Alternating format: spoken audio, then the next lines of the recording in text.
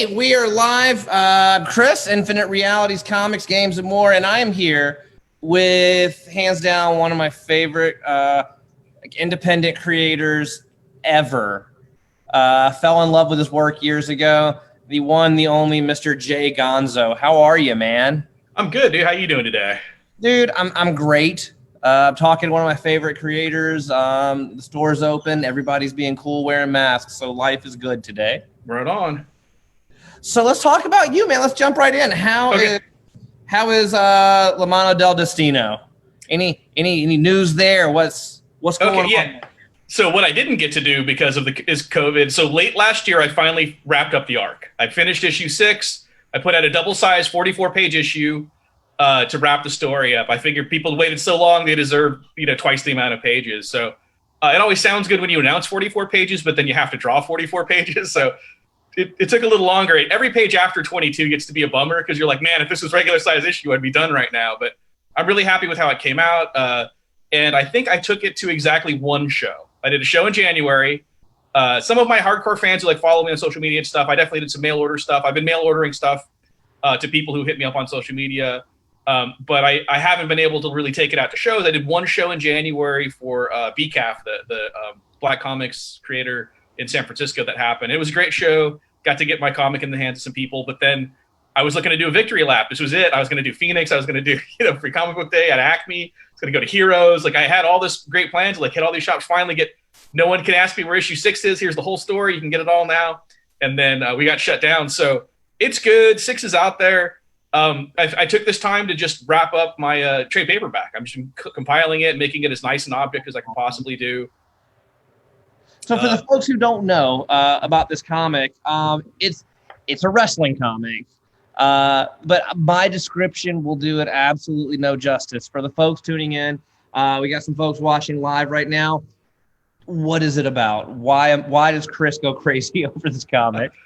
So my elevator pitch is it's a story of a once champion luchador who's betrayed by his friends and unmasked in the ring. He then makes a Faustian bargain with the mysterious promoter to get a new identity, that of Mano del Destino, to exact his revenge. But like all good Faustian bargains, he finds out there's strings attached. So he's trying to get out of the bargain, still get his revenge, but also more importantly, still remain the person he knows himself to be.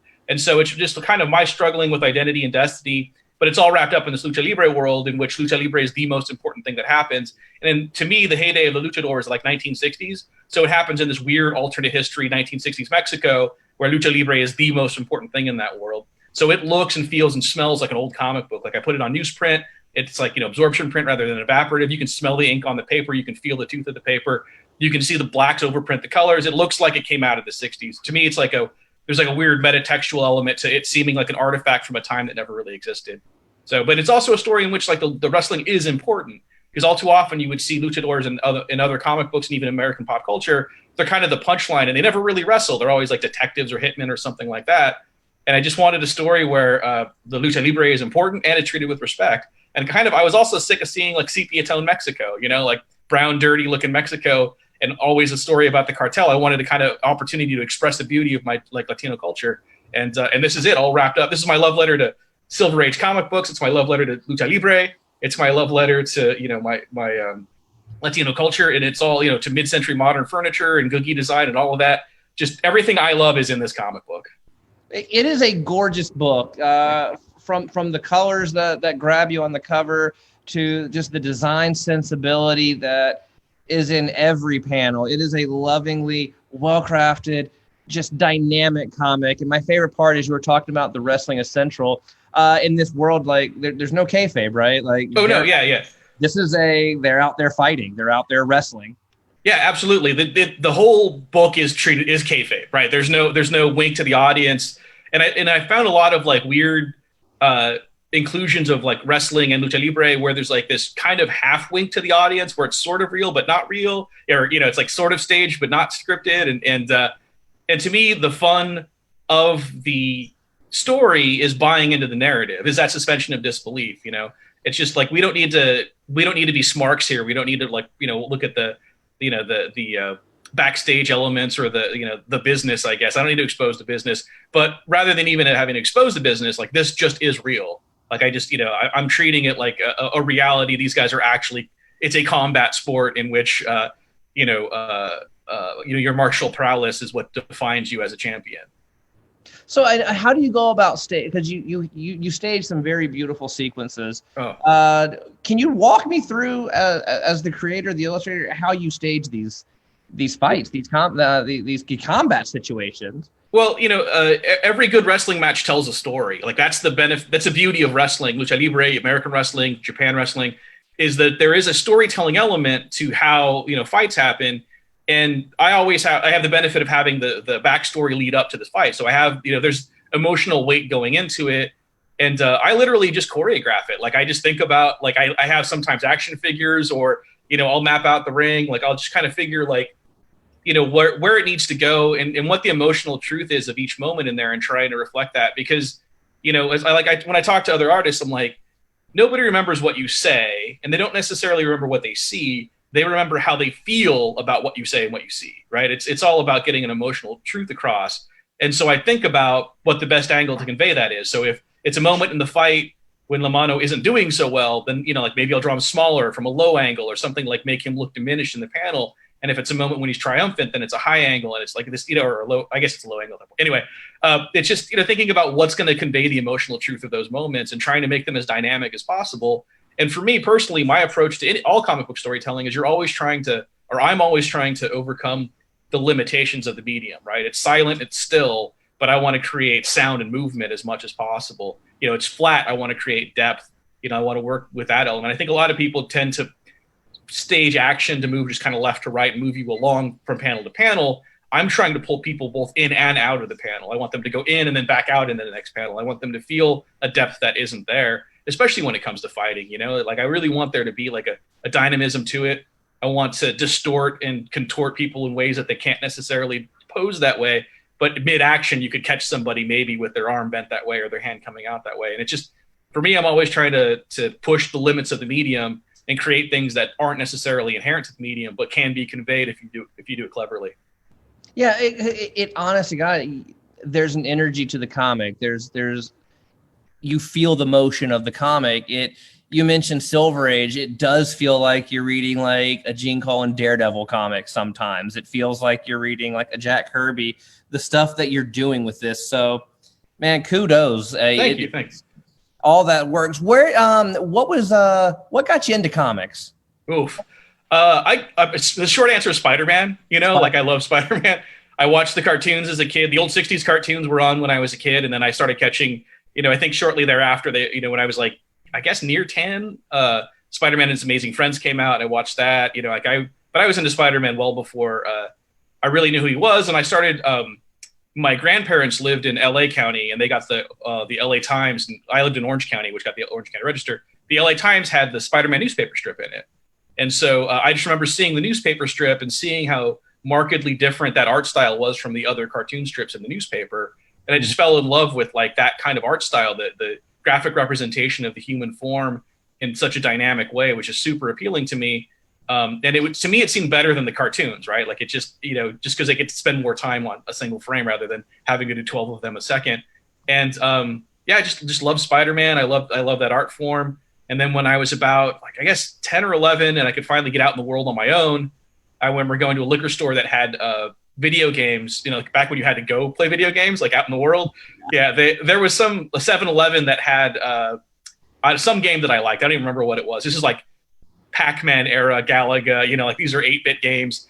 And I went there and they had a spinner rack. And I just remember being like, oh, crap, here's like a whole rack of that art style that I love. And I grabbed G.I. Joe, I think issue 12 came, was on the stands. I grabbed that and, just went home and devoured it. And then I think I mowed a couple lawns and then went back and just bought everything I could for the like $9 I had on me. And it was all, when I first started collecting comics, I think Web of Spider-Man was just coming out. So I was picking that up and it was cool to get that like number one. The Punisher miniseries was coming out. And shortly thereafter, we get like Simonson on Thor. We get, I'm trying to think what else came out. And it's like 84, 85, somewhere around there. So like, by the time I'm really into around that time is dropping. What's that? Like New Mutants is dropping around about that time. Yeah. I remember seeing a Sienkiewicz, what's it called? New Mutants cover and just being blown away that the art could get pushed in that direction. I bought it at a pick and save in like a 5-pack for $2 or something. I got that Sienkiewicz Demon Bear. The cover just blew my mind. And and I remember seeing how he rendered Cannonball's like powers, just like cuts him off at the waist, and it's a streak of color behind him. And then I remember really getting into Kamiko started happening shortly after I really got into comics.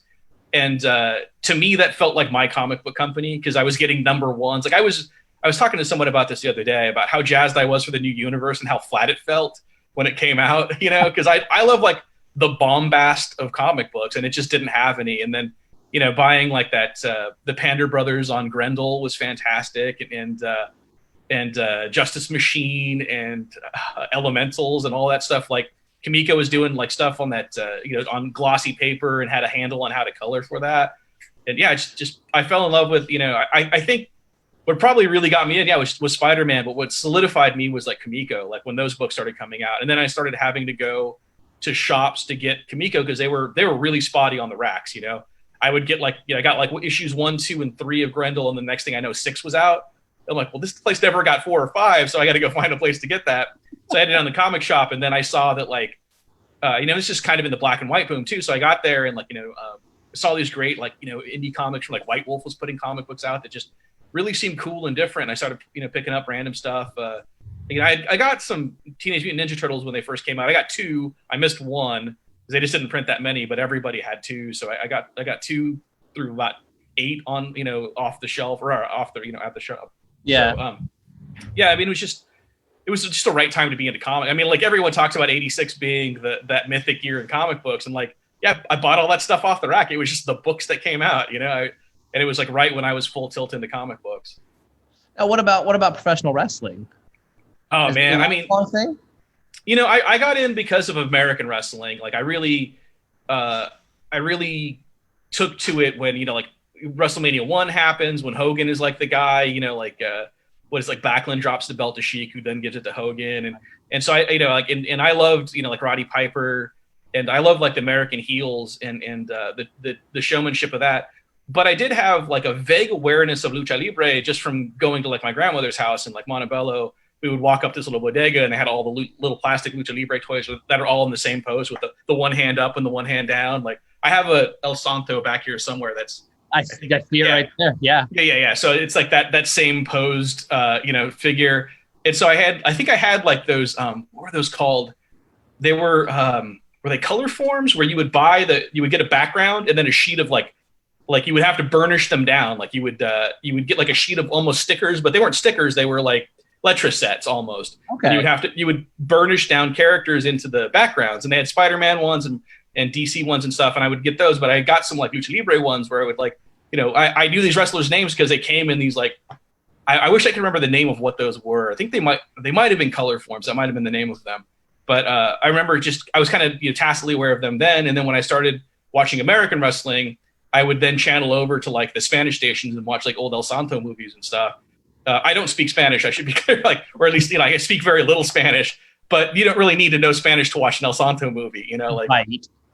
And so I just really got into like, and that to me was like, to me, Lucha Libre was kind of stuck in amber that way. They were these like 1960s El Santo Blue Demon movies kind of version of them, because they always portrayed this very swanky Mexico that never really existed, like everything is like super jet age and mid-century modern.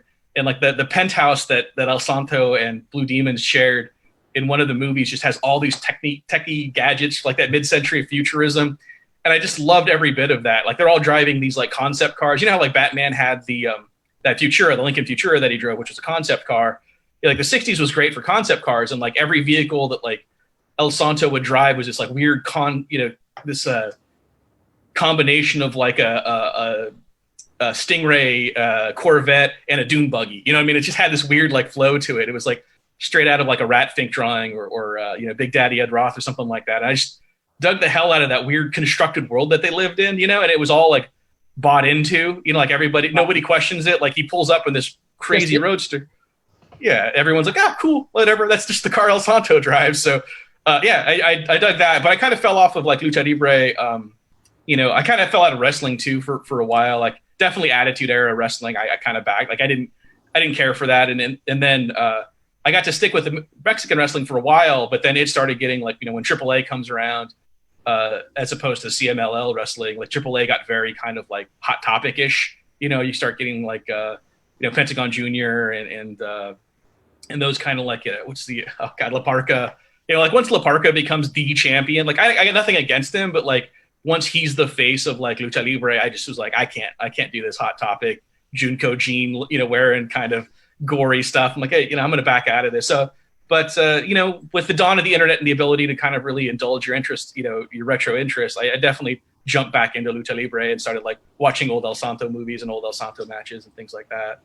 But You've said you've had Lucha wrestlers have discovered Lamano, correct? Yes. Yeah. Which has been really cool. Like, there's a woman in Tucson who used to wrestle, and she's come up. She won't tell me who she was, which is, I got to respect that. Like, I don't, you know, if you have a mask on, I don't want to see under it. And if you used to wrestle and you want to keep the kayfabe, like, I'm not going to push. Like I'm totally about like respecting the business. But she comes and buys a comic every time. I've had a few of the guys at Lucha Bavoom in LA. A few of those guys know who I am, will like buy stuff from me. And I've got to work with a few people via, you know, Michael Kingston does the Headlocked comics. And he's had a few luchadors who have done stuff, and I've got to do a project with him. And I think I don't know if I can tell this or not, but I'm going to. I'm doing an upcoming project with him, another wrestler as well. So, yeah, I mean, it's just Lucha Libre is kind of a small world, especially in America, and we all kind of know who each other are, at least tangentially. You know, it's rarity that someone will tell me about a promotion or a wrestler or something that like I haven't at least sort of heard of. Have you met one who has made a deal with a devilish promoter yet? I think they all have, to be honest. It's wrestling. Yeah. But not yet, not as of yet. No deals with the devil per se, but definitely devilish promoters, I'm sure. Yes. Well, let me ask you this. I saw recently you are making transition from comic creator to comic book publisher. Yeah, I was in Diamond to begin with. The first two issues of Lamano were in Diamond previews to be solicited, and I just didn't hit the numbers. And honestly, this is back when the New 52 happened, so that, you know, you're looking at like Batman #1 and Lamanna Del Destino #1. So it's kind of, you know, as a shop owner, which one are you going to buy 10 of, right? So yeah, so I didn't make the numbers. They did help. They did try to help me. They were really helpful in trying to promote me as far as a cool indie book. But it just, you know, I just got overwhelmed with like the reboot of the DC universe. So, but in order to do that, you have to be a publisher. And I do own a business. Like, I'm a freelance graphic designer and illustrator. So I've had a business since like 2000.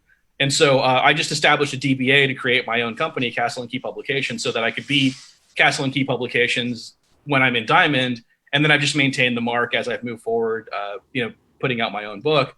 And yeah, I just recently have had some, you know, people, some interest in wanting to put out some books that they don't want to get tied into a major publisher. They don't want to, like, they don't necessarily enamored with like the Image deal or how, you know, the payment structure, or I guess more like the payment pace of Image is probably what they're more concerned about. And so they were like, hey man, can I just use your imprint? And they're people whose work I value and I think is great. And, you know, guys I've known for a long time. And so I was like, sure. And I'm just treating it like a published through. Like, all I'm lending that guy is kind of expertise and a little bit of my voice when I get out in the world. And so Jason Krager is putting out Hammer, which is a great, like, I've known that guy for a while. He does a lot of great work. He's done some work for Top Cow here and there, and he's done some work for Avatar. And he's just got a great kind of outlaw style, like, that you just don't see anymore. Like, guys just don't, you know, with the exception of like, what is it, Jose or Juan Rip or RAP, that guy. He did a lot of what is the name of that? It was for Avatar, the zombie book that they had. Was that Crossed? Yeah, The Cross. Like, he did like that. Yeah, that guy Rip RYP. That guy. Well, anyway, my Jason Krager has the similar kind of fastidious nature that kind of like outlaw comics by way of like Jeff Darrow almost. You know, there's like a ton of marks on the page, and so he wanted it. He's doing this book Hammer that he's writing and drawing, and he's a lot of people kind of contributing like bits and pieces to the kind of metatextual and the metafiction that goes around it. That I thought was cool and clever, and he came to me and wanted to know if he could use the imprint, and I was like, yeah, I will help you as much as I can. You know, like, I don't know what that gets him exactly, but he's got an imprint and he has at least my expertise. Like, I can, you know, I deal with printers. Like, in my life as a graphic designer, I know a lot about printing and the production end of it. So I think more than anything like that, and then my experience with actually, you know, putting books out is going to help him. So that's the first title that's not me that's coming out from Castle and Key Publications. I'm also going to start working on some stuff with Lamano that's not Lamano. Like I have Journey into Victory, which is going to be an anthology, which will contain Lamano stories, but I'm trying to get some people to kind of contribute to it, either writers or artists or maybe both. Like I don't know quite what that is yet. And so I'm just trying to like expand this beyond the single core title in ways that will be easier to get out in the world that don't require me writing and drawing 22 pages of comic a month, like it's just easier to kind of coordinate things. But I'm still committed to telling like more Lamano stories. So like that world is so kind of open-ended and hints at such a broader narrative that I want to delve into it, but not in an exploitative way. Like it needs to all make sense to me and I need to feel what's going on in it. So I'm not going to just push on with the next arc with Lamano. Like I know what it needs to be, but like some groundwork in some other areas needs to get laid. But I'm also going to have some fun experimenting with like some metafiction. So like the next couple of things I'm going to do with him, because Lamano's famous in that world now, he's going to start doing things in that world that can become metafiction. So the first of which is going to be a newspaper strip, and it's just 4 panels a week. I'm trying to get a backlog before I really launch into that. I've got a couple of strips done now. One of them's up just to placehold the place where they're going to be, but eventually I'll make the announcement as to where those are going to be. But that's the newspaper strip from the world that he's in. So that's the newspaper Lamano actually reads when he goes out and gets his cup of coffee in the morning.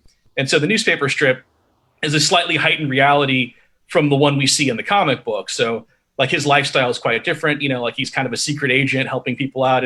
But the kind of danger of that is that people start forming opinions on him based on like the comic strip he's in or the movies that he's in.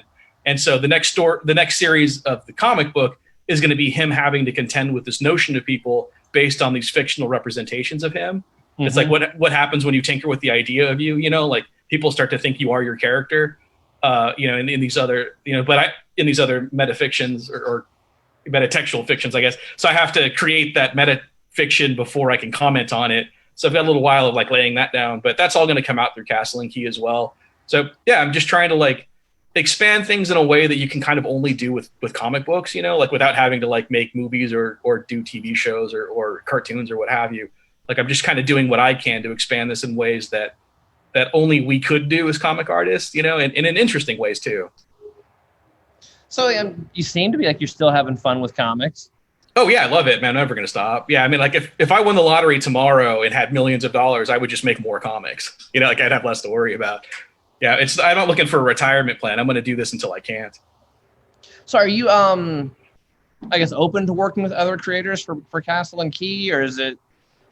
I mean, I am now with Hammer for sure. Like that's all Jason Krager. Like I'm not touching. Like I might help him color something. Like there's a version because it's in black and white. So I'll help him with the production, but we're talking about doing like an alternate like color version of it, like a 2-color almost risograph version of it.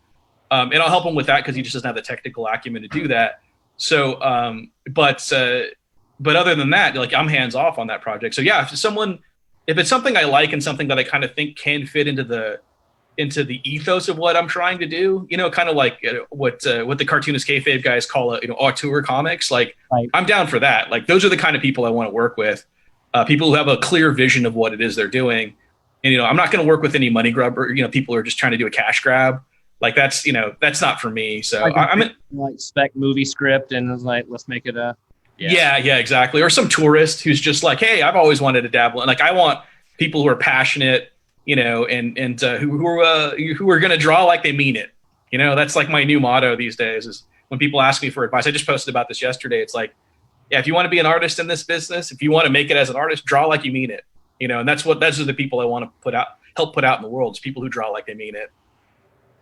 You also, in addition to comics, you're a tattoo artist. Yes. We were talking a little bit before, biz taking a hit.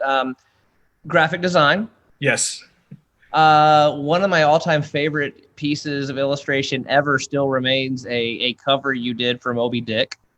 Oh, yeah, that Jason Wood commission thing I did. Oh, my God, from Hell's Heart, I stab at thee. Yeah, that was fun. That thing's like 14 inches wide, I think 45 inches tall. It was fun to do. I think Facebook reminded me of it because they were coming up on Heroes. They were showing me like when I was working on it, the stages. I'm like, oh God, that took so long.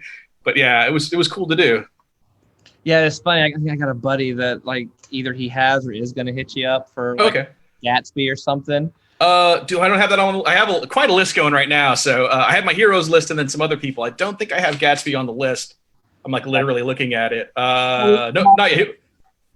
We were just talking about like, okay, seeing Gonzo do Moby Dick. What works of literature do we need to see next?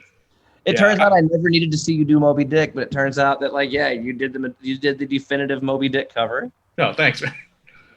So we got a few minutes left here before I wrap up. What are you reading right now? What's got you interested at the moment? Comic book wise? Yeah. I think like everybody, I'm just digging into like my back pile of like, I've been doing a lot of like weird, like getting weird stuff. Well, not weird, but just harder to find kind of indie stuff. Like I got, what is it? Tim Tyler, his first work was in a anthology book, but also that same publisher put out a book called Barbaric Tales in the 80s. Do you remember this? I think he's an editor at Marvel or DC now. Yeah, so they're really great kind of outlaw comics. So I've been digging into those. Like I found some online and they're like $3 each. So I bought the 3 issues I could find online and just like, I'll check these out. I'm trying to think what else. I just bought some El Santo comics, which are great. Those old 60s El Santo, the Jorge Cruz El Santo books, which are mistakenly labeled as fumetti sometimes, but they're not. So like they would get the wrestlers in and do like 150, whatever poses of them. And they would number all the poses. And then the artist would pick from the poses, take the main image of the wrestler out of that, and then draw the rest of the panel back in. So it's kind of a halfway point between fumetti and comics, but they would do it in a very like soft pencil style. So it looks kind of like grayscale art as opposed to black and white or any, but those things are cool. They're also very well worn because of the way that the comics in Mexico used to be able to buy your comic for full price, read it, and then return it for credit, slightly less amount of money credit. And then people would buy the used ones and buy those and return them. And so a lot of the comics in Mexico were read by like, 10 to 15 people. So that every comic, they're very delicate and very old. So I'll be reading those with like gloves on. But yeah, I'm trying to think if I bought anything new recently. I honestly, man, I haven't bought anything since before the pandemic. And then I've just been digging into like old weird stuff. Again, I just trying to get a sense of like that kind of auteur comics, like, or auteur, however people pronounce it. That kind of people who are just doing what they want to do, like labors of love, like from single individuals, one guy doing one person doing the entirety of their book. So, yeah, that's about all I've been digging into recently. Well, we're coming up to the end here. I will let everybody know, hands down, Lamanna, one of my favorite comics. I brought back some last year from Heroes Con with me. Sold them here at the store. For people who need, after seeing this, to get some Lamanna, how can they get Lamanna Del Destino? Well, right now, because my store is kind of not operating, the one online, just email me. Honestly, it's just Gonzo at jgonzodesigns.com. It's important that it's J, the word the letter J, Gonzo Designs is plural with an S, .com. Just email me and I'll mail them out to you. I'm doing $25 flat fee for the whole set mailed out to you anywhere in the United States. So it's $20 for the comics and $5 to mail it because I can get those flat rate envelopes. And I'll sign them and send them off to you. Usually takes like 2 or 3 days. Just email me. I'll tell you how to PayPal me and all that sort of thing. So that's like the best way now. If you want to check them out, I have a Facebook page for Lamanna Del Destino, but it has a lot of like other stuff happening there. So recently I've really cleaved off Castle and Key into its own world. So Castle and Key Publications, as of very recently, has its own Facebook page and its own Instagram account. And I'm trying desperately to get like more and more artwork on there. But if you want to check out the other projects, if you want to check out some of that Hammer stuff, it's up on both of those Instagram accounts. And it's just Castle and Key Publications all squished together as one word. And you can message me through anything. If you find me on Facebook and message me, do that. If you find me on Instagram or Twitter or whatever, yeah, just send me messages. And if you want comics, I will personally send them out to you because kind of the only way I can get them out in the world right now. Yeah, well, I'm telling everybody, when this broadcast stops in about 10 seconds, go get these comics. Awesome. Love this man's email. They're amazing. Jay, thank you so much for taking time with me. All right. Thanks for having me. I appreciate it.